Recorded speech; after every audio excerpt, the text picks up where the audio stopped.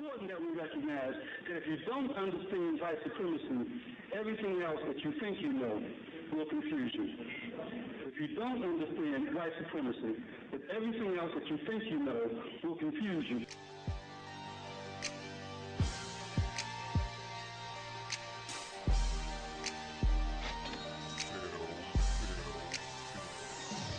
But it was the white man that you had to teach about a gun.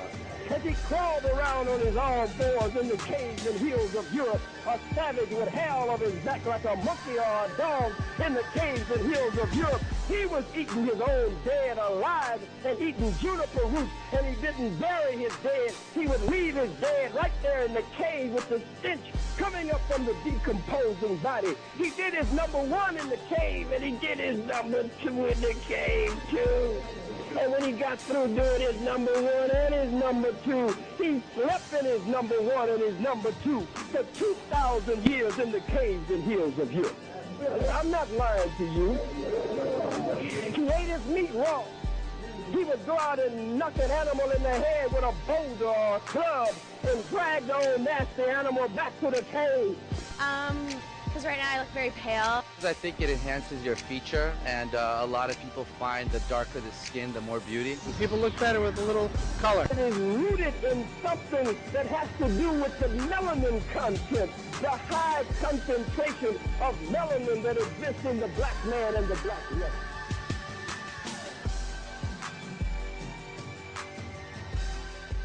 Start by telling a little bit about myself and how I came to know the things that I'm about to tell you about. I put 11 years in the military. All right, right after high school, I went in, took some college and all that, and in between the little break, I got commissioned in the ROTC program. And first time I was stationed in Germany. And, as an enlisted man, I learned a couple of things here and there, but I really started learning when I became an officer. All right? I mean, the things that they teach you, I'm sorry, enlisted people just don't get that kind of stuff. All right? So I spent 11 years in the military. I got out in April of 1990. I decided I was fed up, I was tired, and I got out just in the nick of time before the Gulf War. Now, prior to getting out, I spent a lot of time taking urban warfare training. All right? And I didn't know what it was in the beginning, but hey, since I was in the service, they said, listen, we need some people who wouldn't mind volunteering to go down to Quantico, Virginia, to go to the Mount School, which is an acronym, stands for Military Operations on Urban Terrain. In other words, how to fight in the city, how to fight underground, how to fight street level, and things flying through the air. So in other words, we're talking a three-dimensional battlefield here, which is not like what they show you in the World War II movies.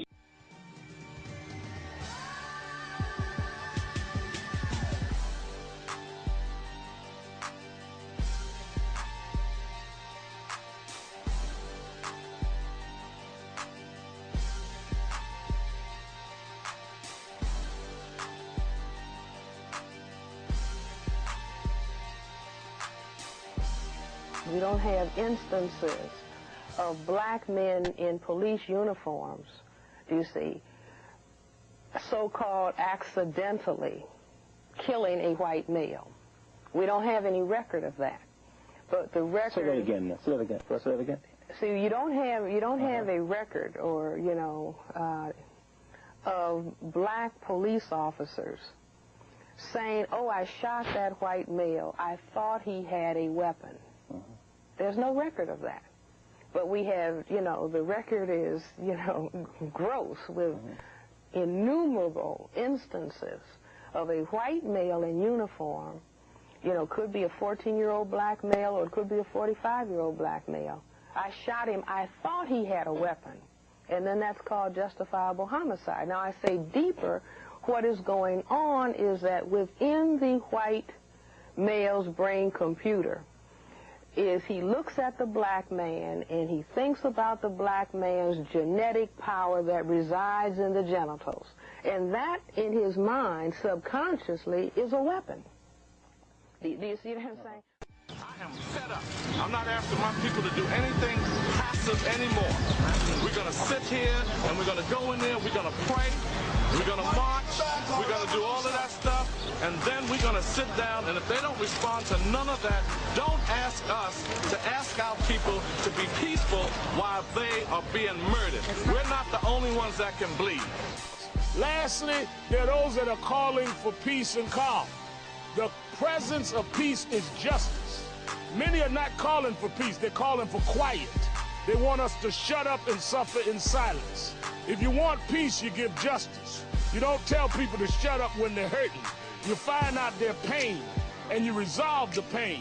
And people wouldn't be hollering if they weren't in pain.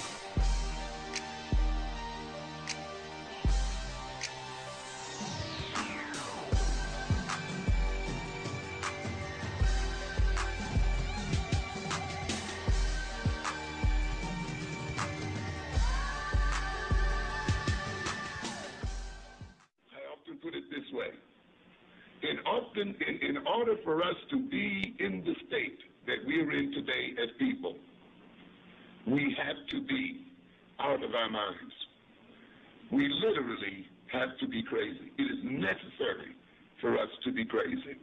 It is necessary for us to be backwards. It is necessary for us to be maladjusted. It is necessary for us to be disunited. It is necessary for us to be self-hating.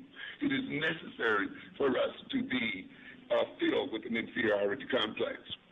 In a world where the European is essentially about 10% of the world's population, if that 10% is to continue to rule over the other 90%, it must keep that 90% out of its mind.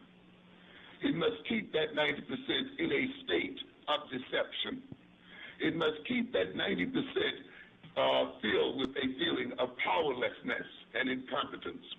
If this 10% is to continue to consume more than 60% of the world's resources, if this 10% is to continue to rob African, Asian, and other nations of their material wealth, then it must keep those people in a state of maladjustment. They are talking to us with their mentality in 1920, and we jumping into the 21st century. The ancient Kemites, the ancient Africans often told the Eurasians coming to Europe, coming to Egypt, you are such children. You act like children. And if you watch them closely, they do. And is there anyone in this United States that we do not treat as our brothers? Yes. Who? Yes. The black people. Who else?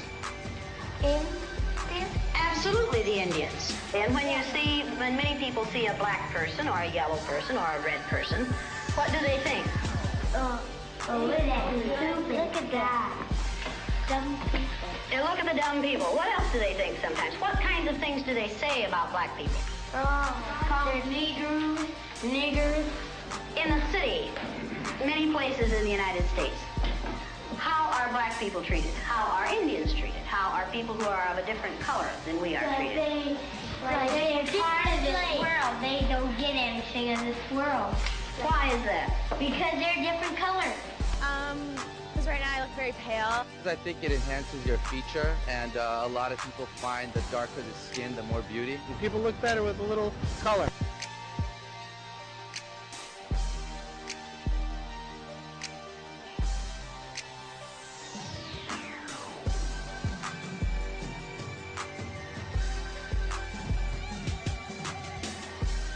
I didn't come to take no prisoners, guy. I'm not taking no prisoners tonight. Ain't no surrender. Not gonna tiptoe through the truth. This is a serious subject. I'm not gonna pussyfoot. I'm not gonna dilly-dally. I'm not gonna beat around the damn bush.